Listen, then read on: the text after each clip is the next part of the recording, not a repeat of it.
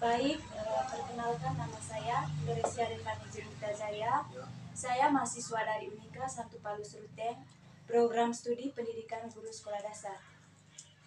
Baik, di sini saya akan mewawancarai kakak berkaitan dengan tema kasus pelecehan seksual terhadap anak di bawah umur. Dalam tema ini juga dapat kita kaitkan dengan nilai etika dalam Pancasila. Baik, sebelum wawancara, saya minta Kakak Heri untuk perkenalkan diri. Halo teman-teman, perkenalkan nama saya Heribertus Arianto Harjo. Saya kerap disapa Heri. Saya berasal dari program studi PGSD Universitas Katolik Indonesia Unika Santo Paulus Ruteng. Ya kakak ini Oke, itu saja perkenalannya. terima kasih Kakak Heri karena telah memperkenalkan diri. Baik, kita lanjut ke pertanyaan-pertanyaannya. Baik Kakak Heri, pertanyaan pertama, menurut Kakak, apa saja bentuk pelanggaran etika yang terjadi dalam kasus pelecehan seksual terhadap anak di bawah umur? Oke, baik kakak Yeni. Yang pertama saya mengucapkan terima kasih kepada kakak Yeni yang telah mempercayakan saya untuk menjadi informan dalam wawancara tugas PPKN ini. Cukup menarik tadi pertanyaan yang diajukan oleh kakak Yeni. Tadi pertanyaannya apa saja kira-kira etika yang dilanggar dalam kasus pelecehan seksual. Tentu kita mulai dengan satu persoalan itu. Yang pertama kita landaskan dulu apa definisi dari pelecehan seksual itu. Kalau menurut definisi saya sendiri, pelecehan seksual itu adalah sebuah tindakan seksual yang tidak diinginkan yang ditujukan kepada seorang baik bersifat verbal maupun non verbal yang sifatnya itu memaksa, ada unsur pemaksaan di situ. Nah, kalau misalnya kita spesifikkan terlebih khusus kalau misalnya kita atensikan atau kita korelasikan, kita koherensikan dengan sila Pancasila, tentu ini sangat bertentangan sekali dengan sila yang kedua, yaitu kemanusiaan yang adil dan beradab, yang dimana kita semua wajib untuk menghormati hak asasi manusia. Hak asasi manusia itu tidak diberikan oleh negara, melainkan hak natural, hak yang natural yang dimiliki oleh manusia sejak dia masih berada di dalam kandungan. Nah, tadi ditanya berkaitan dengan etika yang dilanggar dalam terlebih khusus kita atensikan atau kita koherensikan dengan nilai-nilai Pancasila. Tentu dengan sila kedua itu tadi bahwa di situ ada semacam pemaksaan terhadap seseorang dan tentu itu melanggar hak asasi manusia, di mana hak untuk merasa aman, hak nyaman dalam hidup, hak untuk dihormati itu dilanggar sudah di situ. Dan juga tentu kalau misalnya kita semacam hubungkan dengan sila kedua, tentu itu sangat bertentangan. Yang pertama itu telah melanggar etika yang dilanggar. Tentu ini sangat bertentangan dengan sila yang kedua itu tadi, hak untuk dihormati dan juga hak untuk mendapat perlindungan dari hukum juga, hak untuk mendapatkan perlindungan dan juga tentu ini sangat dilanggar. Di sila ke-1 juga ada etika yang dilanggar juga di situ, bahwa kita sebagai makhluk pemberian Tuhan, kalau misalnya kita belajar teologi, itu kita diciptakan secitra atau serupa dengan Allah. Maka ketika misalnya kita diciptakan serupa dan secitra dengan Allah, maka kita patut menghormati dan juga patut menghargai setiap insan yang diciptakan oleh Tuhan. Oke, dan bagaimana tindakan pelecehan seksual terhadap anak mencerminkan pelanggaran terhadap nilai-nilai keagamaan dan moral yang diajarkan oleh agama-agama di Indonesia? Ya, di agama saya sendiri, terlebih khusus saya agama Katolik, tentu pelecehan seksual kepada anak itu sangat dilarang sekali, dilarang keras di dalam, kalau misalnya di agama saya, agama Katolik. Tentu ini merupakan suatu, di dalam agama juga ada semacam imperatif moral atau perintah moral itu perintah untuk berbuat baik. Dan juga tentu kalau misalnya kita kaitkan di dalam terlebih khusus dalam agama saya, agama Katolik, tentu ini merupakan suatu bentuk pelanggaran juga, pelanggar etika terkait kasus pelecehan seksual kepada anak ini. Nah, di dalam agama diajarkan bahwa kita wajib menghormati sesama kita sebagai makhluk yang serupa dan secitra dengan Allah. Maka dengan itu hormatilah sesama kamu. Karena kita diciptakan serupa dan secitra dengan Allah, maka kita wajib menghormati, wajib menjaga dan wajib menghargai antara sesama kita. Ya, Oke, terima kasih Kakak Heri. Lanjut pertanyaan berikut. Menurut Kakak, mengapa pelecehan seksual terhadap anak merupakan tindakan yang tidak hanya melanggar hukum, tetapi juga melanggar etika sosial dan moral?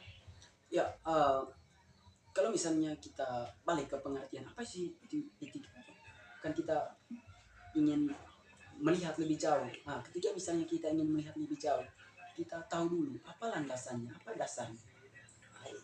Etika itu adalah suatu prinsip yang mengatur, suatu prinsip moral yang mengatur bagaimana manusia itu berperilaku. Baik, lanjut ke pertanyaan berikutnya Kakak Heri. Ya, Menurut Kakak Heri, mengapa pelecehan seksual terhadap anak itu merupakan tindakan yang tidak hanya melanggar hukum, tetapi juga melanggar etika sosial dan moral? ya tentu yang tadi sudah saya beritahu bahwa saya sudah beritahu tadi tentang pengertian pelecehan seksual itu. Tentu eh, kita mengupayakan agar kita memiliki kehidupan sosial yang baik. Tetapi terkadang kesadaran orang akan eh, akan segala tindakan atau segala perilaku yang kita buat kadang-kala memang tidak terkontrol. Jadi dalam artian apa? Bahwa kadang-kala kita melakukan sesuatu itu tanpa kita memikirkan apa implikasi yang akan terjadi dari perilaku yang saya buat. Nah tentu uh, pelecehan seksual itu tadi sangat bertentangan sekali. Kalau misalnya kita masuk pada moral kan artinya sesuatu yang membedakan antara perilaku baik dan buruk. Nah, yang kita upayakan di sini adalah perilaku yang baik. Tentu kalau misalnya pelecehan seksual itu sangat sangat bertentangan sekali dengan nilai-nilai moral yang baik. Nah, di dalam artian apa? Kalau misalnya kita uh, apa ya, semacam menjipai atau memaknai apa ya, imperatif moral dalam kehidupan, tentu kehidupan kita akan merasa baiklah atau merasa bahagia di dalam kehidupan sosial kita. Ya, mungkin. Oke, terima kasih Kak Heri. Dan menurut Kak Heri, mengapa tindakan pelecehan seksual terhadap anak itu dapat dikategorikan sebagai tindakan yang tidak beradab dan melanggar hak asasi manusia? Ya, tindakan beradab, yang artinya uh, beradab itu artinya baik, yang tidak baik itu biadab. Nah, tentu tindakan pelecehan seksual itu merupakan tindakan biadab. Kenapa? Di situ hak asasi manusia itu dilanggar. Hak untuk dijaga, hak untuk dilindungi di situ itu dilanggar di situ.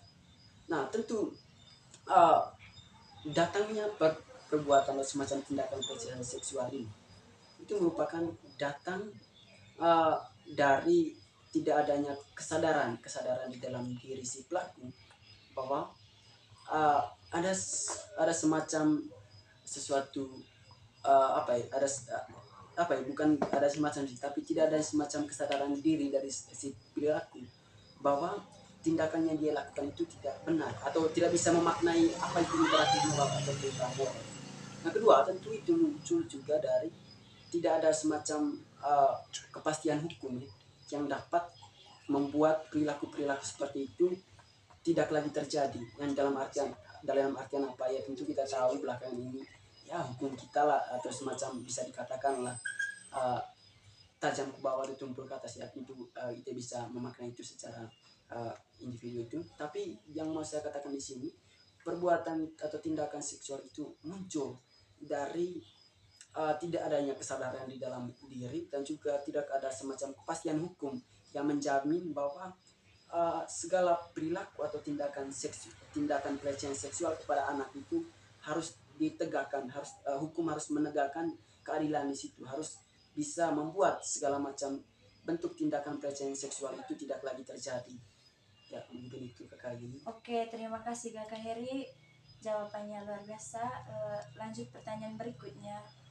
Bagaimana menurut pendapat Kakak Heri tentang peran masyarakat, orang tua, dan lembaga pendidikan dalam mendorong pengambilan keputusan bersama untuk mencegah dan menangani kasus pelecehan seksual terhadap anak secara bijaksana dan demokratis?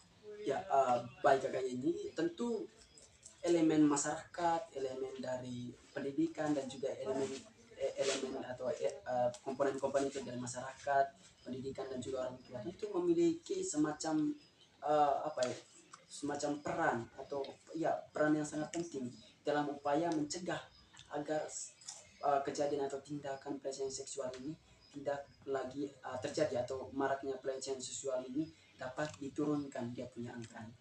Nah, tentu peran dari masyarakat sendiri itu perannya itu dengan cara menumbuhkan kesadaran pada setiap individu dalam masyarakat. Dan juga kalau misalnya di pendidikan bisa mengupayakan segala macam upaya, contohnya melakukan sosialisasi dampak dari atau implikasi dari pelecehan seksual itu. Misalnya jika melakukan pelecehan seksual maka akan terjerat hukum. Tentu upaya-upaya seperti itu harus dilakukan di dalam upaya menurunkan angka terjadinya pelecehan seksual. Dan juga tentu yang paling utama dan pokoknya paling utama itu harus adanya semacam tumbuhnya harus bisa menumbuhkan kesadaran dari setiap tiga komponen atau tiga elemen ini tadi. Karena kunci utama untuk mencapai semacam perubahan adalah adanya kesadaran dalam diri untuk mencapai sebuah pencerahan atau perubahan. Harus pokoknya tiga elemen ini tadi, dari masyarakat, orang tua maupun dari pendidikan itu sendiri harus bisa sungguh-sungguh memberikan semacam kontribusi dalam artian apa?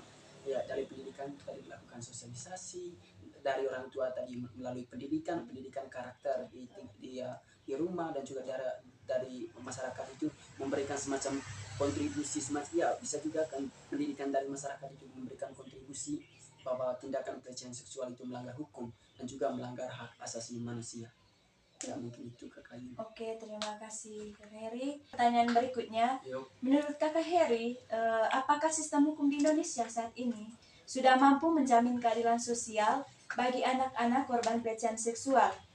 Dan menurut Kakak Heri, apa yang masih perlu diperbaiki? Ya, baik Kakak Heri. Ya, seperti yang saya katakan tadi bahwa hukum kita itu, ya itu tadi semacam yang saya katakan bahwa tajam ke bawah itu tumpul ke atas. Yang di dalam artian apa? Ketika orang yang memiliki derajat sosialnya tinggi melakukan tindakan seperti itu, kadangkala itu tidak terkena hukum atau tidak terkena pidana. Karena itu tadi adanya semacam surplus kekuasaan bisa menjadi bisa membuat hukum itu tidak bekerja di situ. Artinya dalam arti apa? Hukum di situ bisa dibeli. Sebaliknya kalau misalnya masyarakat Bapak yang melakukan itu curi ayam, saya berikan salah satu contohnya, curi ayam saja itu bisa terjerat pidana 5 tahun. Nah, ya tentu kalau misalnya kita menganalisis bukan soal hukumnya yang salah atau bukan soalnya hukumnya yang tidak jelas, tetapi melainkan si pelaku yang mengimplementasikan hukum ini yang tidak melakukannya sesuai dengan apa yang diperintahkan oleh hukum itu sendiri. Karena itu tadi ada semacam ada yang hukumnya itu tumpul ke atas tajam ke bawah. Dalam hukum di situ bisa dibeli. Nah, tentu kita mengupayakan agar supaya hukum itu bisa menjadi pagar pembatas, agar supaya perilaku yang dilakukan oleh orang lain itu tidak keluar dari jalan kebaikan yang telah dipagari oleh hukum itu. Nah, tentu yang berikutnya tadi apa yang kira-kira perlu diperbaiki? Ya, yang paling utama ya, saya menyarankan bahwa tingkatkan kepastian hukum, dan juga hukum itu tidak boleh dibeli atau segala macam, tetapi hukum itu harus merata.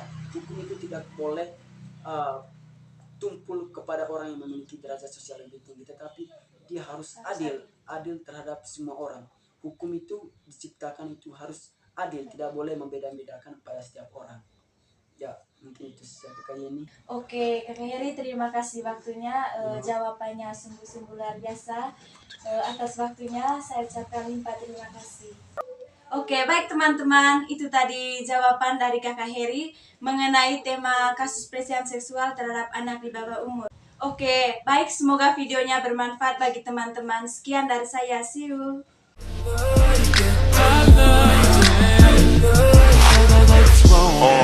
Pull your panties down from under you.